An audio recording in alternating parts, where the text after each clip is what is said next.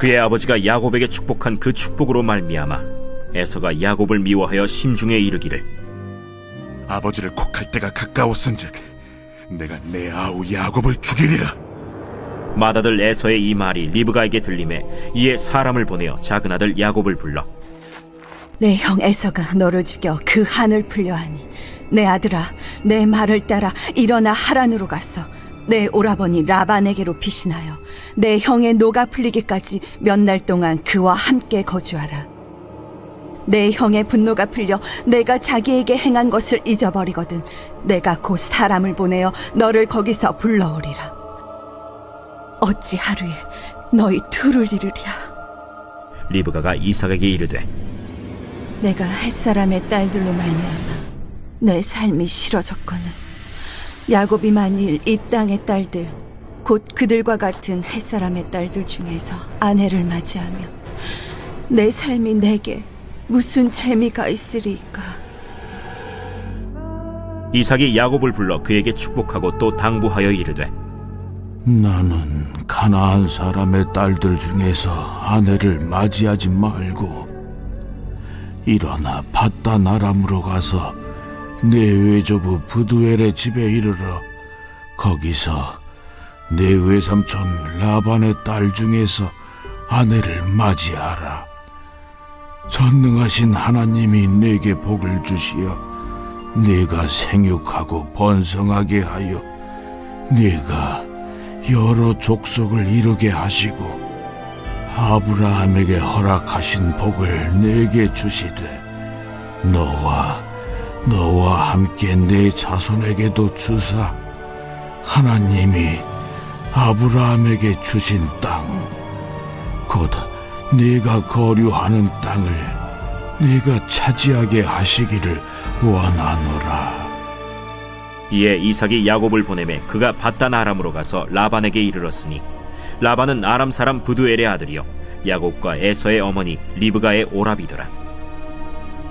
에서가 본즉 이삭이 야곱에게 축복하고 그를 밧단 아람으로 보내어 거기서 아내를 맞이하게 하였고 또 그에게 축복하고 명하기를 너는 가나안 사람의 딸들 중에서 아내를 맞이하지 말라 하였고 또 야곱이 부모의 명을 따라 밧단 아람으로 갔으며 에서가 또 본즉 가나안 사람의 딸들이 그의 아버지 이삭을 기쁘게 하지 못하는지라.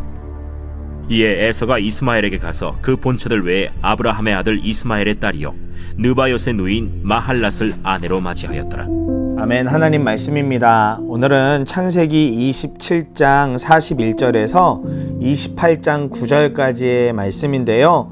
그 중에서 28장 1절과 2절의 말씀 가지고 묵상하려고 합니다. 말씀 보면 이삭이 야곱을 불러 그에게 축복하고 또 당부하여 이르되 너는 가나안 사람의 딸들 중에서 아내를 맞이하지 말고 일어나 밧단 아람으로 가서 내 외조부 부두엘의 집에 이르러 거기서 내 외삼촌 라반의 딸 중에서 아내를 맞이하라. 이렇게 말씀합니다. 분노가 가득한 에서는 이제 야곱을 죽이겠다라고 결심을 합니다. 이를 알아들은 리브가가 야곱을 자신의 오라버니인 라반의 집으로 피신을 시킵니다. 물론 이것이 완전한 피신이 아닌 것을 우리는 알고 있습니다. 어쩌면 에서보다도 더 악독해 보이는 외삼촌 라반에게 야곱이 당하는 어려움은 엄청 대단한 것이었죠. 그런데 그러한 어려움의 자리이지만 그것이 야곱에게는 최선일 수밖에 없었습니다. 그리고 가장 완벽하신 또 하나님의 인도하심이 되어지는 것이죠. 이방 여인이 아닌 믿음의 배필을 만나야 하는 것이 하나님의 계획이었기 때문에 또한 그렇습니다. 믿음으로 출발하게 된 걸음이라면 더 이상 옳고 그름을 내가 판단할 것이 아니라 맡겨주신 그 자리에서 순종하며 나아가야 되는 것도 하나님의 놀라운 계획이며 또한 은혜라고 할 수 있습니다. 지금 야곱이 딱 그러한 상황 가운데 이제 들어가게 된 것입니다. 이러한 시간들이 우리에게 분명히 유익을 줍니다. 더 성숙한 사람으로 만들어줍니다. 고난과 시련이 주는 유익은 주님을 찾는 가운데 우리로 하여금 더 낮아지고 겸손하도록 만들어 주시거든요. 그러면서 하나님 아버지를 더욱더 찾게 만들어 줍니다. 내 힘으로 할 수 없는 것이 있기 때문인 것입니다. 그것을 우리가 깨닫기 때문인 거예요. 그리고 그러한 길 속에서 만나는 사람이야말로, 그러한 길 가운데에서 함께 동역하는 사람이야말로 함께 마음을 합할 배필이 되기도 하고 동역자가 되어지기도 합니다.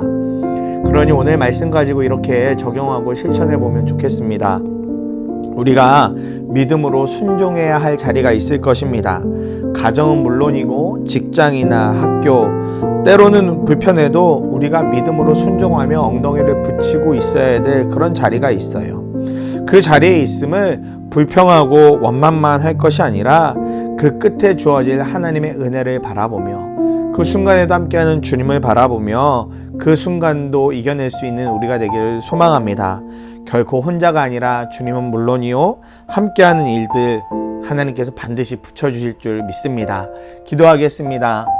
사랑하는 아버지 하나님, 때로는 우리가 믿음의 걸음을 걸어야 할 때, 순종의 걸음을 걸어야 할 때 참 불편한 곳으로 우리가 갈 때도 있습니다.